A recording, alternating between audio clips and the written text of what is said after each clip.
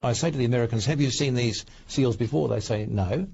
I say, but they've been on your dollar since 1933. How come you've never seen them? They're Illuminati seals, which was a secret society set up in 1776 by a man called Adam Weishaupt, according to the Encyclopedia Britannica. Weishaupt was an ex-Jesuit priest who had an aim, was to put Lucifer on the throne of the world. And on the back of the dollar here, you see the seal on the left-hand side, and there's an eye in the triangle, which many Americans presume to be the eye of God, but it's not. It's the eye of Horus in Egyptian mythology, now called the eye of Lucifer or Satan. Now we can establish that fact because the God that we serve does not have one eye, of course. He's not a cyclops. It says the eyes, plural, of the Lord run to and fro throughout the earth. Anybody who is familiar with witchcraft will know that that eye, when you open it a little bit, is the eye of psychic knowledge. When you open it completely and it is illumined, as this one is, it is the eye of Lucifer himself, who is the god of Freemasonry, the god of witchcraft, and the god of the occult or esoteric practice. Then you have the 13 layers of stone on the pyramid, and people should be asking the question, what is an Egyptian pyramid doing on the back of an American dollar? What link-up is there between America and Egypt? The answer is none at all, except in the field of the occult. And I discovered that the 13 layers of stone there stand for the 13 layers in Freemasonry, which is very much involved in this plan to set up the Novus Ordo Seclorum, which is a one-world government. Then you have at the bottom 1776. The date was May the 1st, when the Illuminati was inaugurated in Bavaria, not July the 4th, the Declaration of Independence, as many Americans presume. The two words at the top, Annua Chaptus, stand for announcing the birth of, and down the bottom, Novus Ordo Seclorum. The word novus in Latin stands for new. The word ordo means order, and the word seclorum is where we get our word secular from, the absence of God. And thus we see that eye cannot be the eye of God, for why would he be setting up a new system, complete world government, with the absence of himself as being in power? And thus we see we're dealing with a Luciferian plan. On the other side we have the so-called American eagle, which we discover is not an eagle at all. According to the witchcraft people, that is a phoenix. And the phoenix, as we all know, was a mystical bird that rose out of the ashes of the Tower of Babel. Man's first attempt, Tower of Babel. God smashed it, failed. Second attempt, New World Order. I predict God will smash it, but it will reign for 3.5 years, and the whole world system will come under its power. The United States of America is the only country in the the only republic in the world that is completely controlled by Freemasonry. A careful reading of my books will show you that the map of Washington, D.C. has the Freemason symbols built into the streets. Have you ever seen that? I did it last time I was here in England.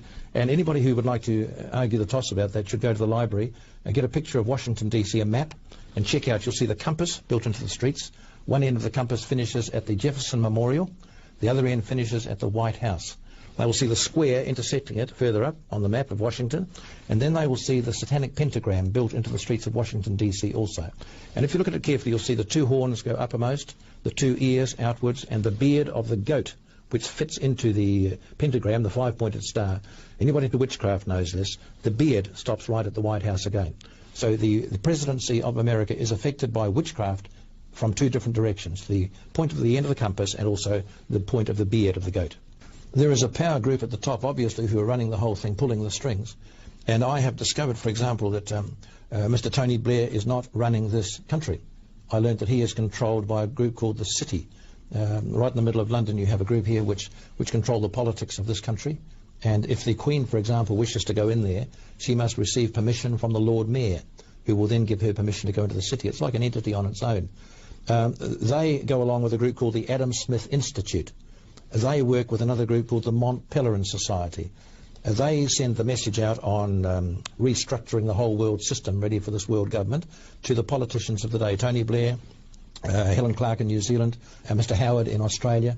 These people listen to the Mont Pelerin Society, use the policies of the Adam Smith Institute, which mean that you privatise, you sell up your assets overseas. It leaves your government vulnerable. They have no power left because they have no assets. And then at that point, these overseas people who bought the assets control the whole world system and set up a global village. In the year 1961, the International Monetary Fund came to New Zealand. And this is how the whole plan was initiated. They were involved in this plan, and the plan was to lend every country money and then make those politicians of the day sign conditions which would later be fulfilled. So in 1961, they came to New Zealand. Our Prime Minister was Mr. Keith Holyoake. Our government borrowed a lot of money from the IMF, International Monetary Fund, and signed the conditions. Then the IMF people went away again with their empty suitcases, left it at that, and let us go ahead with our plans to develop our country and so on using this money which we had borrowed. Now, little did the people know that when those politicians passed on, someone else took the job.